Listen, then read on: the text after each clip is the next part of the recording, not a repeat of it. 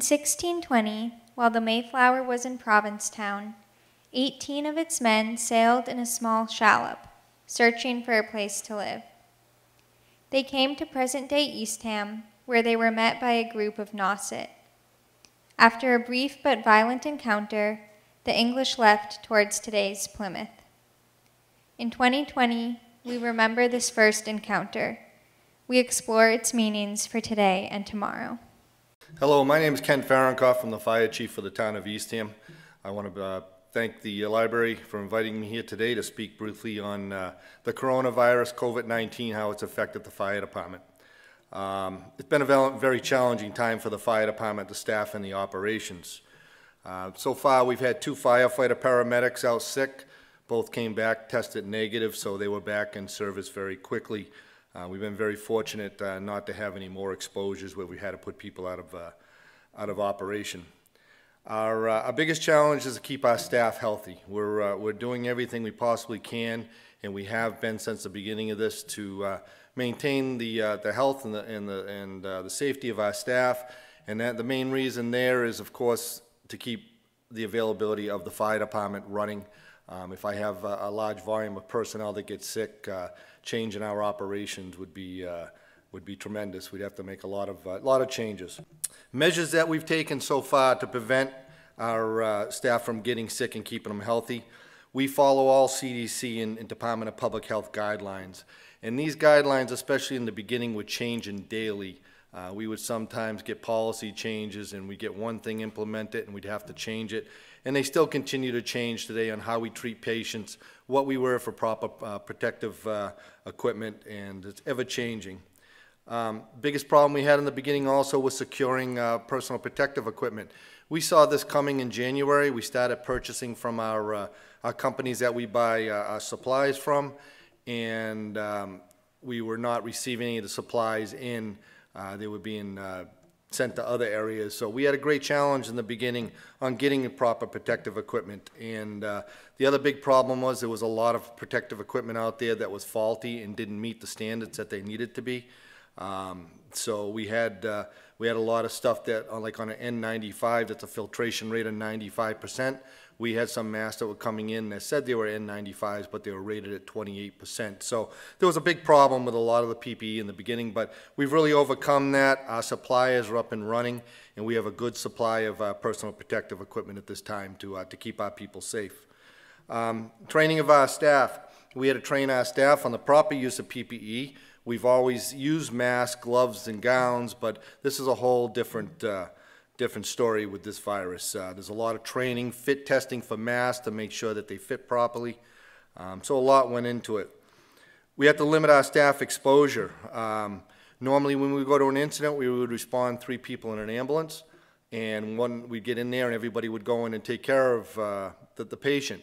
Now with the COVID, 1 person would go into the house and into the property. They would be fully protective equipment on, mask, goggles, Tyvek suit, double gloves, and they would go in and evaluate the patient, so we did not expose our other 2 attendants to that person. And if that person was going to be transported and they were able to walk out of the house, we would walk them out of the house to the stretcher, once again to keep the other 2 people from being exposed. So a big change in the way that we've had to operate because of that. Limiting our equipment exposure, we have what was called a first-in bag, which has all of our medical supplies that we would go in and take care of a patient, and pretty much has everything we need to do. We had to go to separate supplies for each run, because if we took that bag into an incident and it was a COVID case, we would contaminate that whole bag. So we had to have separate bags and separate equipment to go in order to keep our supplies available for another incident and not to put them out of service due to decontamination. Training our staff in a proper disinfecting. We always received an A rating on our cleanliness of our ambulances, but with this virus, it's a whole different bird. We had to get into all kinds of proper chemicals to clean with, foggers and misters. We'd have to put an ambulance out of service for a certain period of time and decon everything in it and decon all of our people. So it was a very long process on any COVID run to get our equipment and our ambulances and our staff back into service. The stress we have on our staff, Wearing PPE, I have a 100% mask rule at the station. We've been at a 100% mask rule probably for maybe a month and a half now, where you come on duty and you wear a mask 24 hours a day when you're in a station and when you're dealing with any patients. We also check our people when they come in for a temperature, and it's all logged in, and they check their temperature when they leave. If anybody has a fever, they're not allowed to come in, and we would have them tested at that point. But the other stress is if you're wearing a mask for a 24-hour period, it gets very old and very difficult to do. But the staff has been excellent about that, and by doing that, we've been able to keep any infections inside the station from happening. In the 80s, you know, we dealt with viruses before. We dealt with the HIV. You know, back then, when I first came on the job in the early 80s, we would deal with car accidents. We weren't wearing gloves back then. I remember when we started wearing our first rubber gloves, and everybody was, you know, didn't even know what to do with them. They were so new, and do we really have to wear these? To where we are today with fully encapsulated suits. You know, some of the other things we've dealt with in the past is the H1N1. That came about, the Ebola, the West Nile virus. We've been dealing with these viruses. We've been training. We've had the proper equipment. But this one is so aggressive and so fast spreading that we really had to amp up our personal protective gear and our equipment. Hospital procedures. When we go to the hospital now, completely changed. We're not allowed just to go in to the hospital, and we now have to go into a certain room that's sealed before they'll take us into the hospital. We treat every response as somebody has COVID, and we have to take the proper protective equipment. Even if they may have a simple fever that's not COVID, but we still have to treat it that way until we find different. We issued masks to our families, firefighters' family members, and the reason for that was to keep the spread down from outside coming in. Grocery stores and that, we thought we were being proactive about that to make sure the family members weren't getting sick, so they weren't handing it off to the firefighters, and the firefighters were bringing it to the job. We've shut down our station basically to the public from coming in. We still handle emergencies there. People who come into the foyer, we'll take care of them in the foyer. It's a sealed area. Also, all of our burn permits and those type of things are gone into hand-free, no face-to-face contact. It's all paper form and taken care of out in the foyer without anybody being subject to being exposed to anybody. Corona Task Force, we work with an excellent town task force that did a tremendous job. I want to thank Administrator Beebe, Health Agent Jane Crowley, and Selectman Jamie Dimitri, and all the other department heads.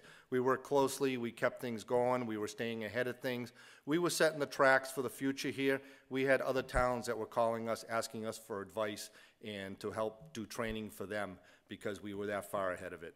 The only thing I want to assure the people is if you're having a medical event, please call the fire department. Call 911. We're up and running. We will be there for you. The hospital is a safe place to go. They've got it under control in the hospital, so people are not subject to people that may be infected. And please maintain a safe distance from one another. Please wear your masks in public areas. Wash your hands. And make sure we're trying to protect others. But once again, I can't reassure that we are here for you. We are ready to take care of your needs. And if you are having a medical emergency, please call us so we can transport you to a safe facility that Cape Cod Hospital is right now. Please be safe and be healthy. Thank you. My name is Joanna Hollick. I want to thank you again for your support of this program. I hope that you're enjoying the Sunset Series videos so far. Here at Eastham 400, we believe that an important part of history is the lasting significance that it has on our lives today. Specifically, we ask ourselves questions like, what impact does the first encounter have on our current world? How have local histories shaped our lives today? And what connections are there between Eastham 400 years ago and Eastham now? Just as the Mayflower passengers in the Nauset had to learn to live together under new conditions, in recent months we have had to adapt to new routines and different lifestyles. Just as the pandemics of the 17th century devastated Native American communities, our own communities are now feeling the effects of a pandemic. We are interested in hearing your own reflections and opinions on the way that this history has shaped our own communities and has impacts on our own lives. I invite you to share your thoughts with me by emailing me at jhollick@gmail.com. Thank you.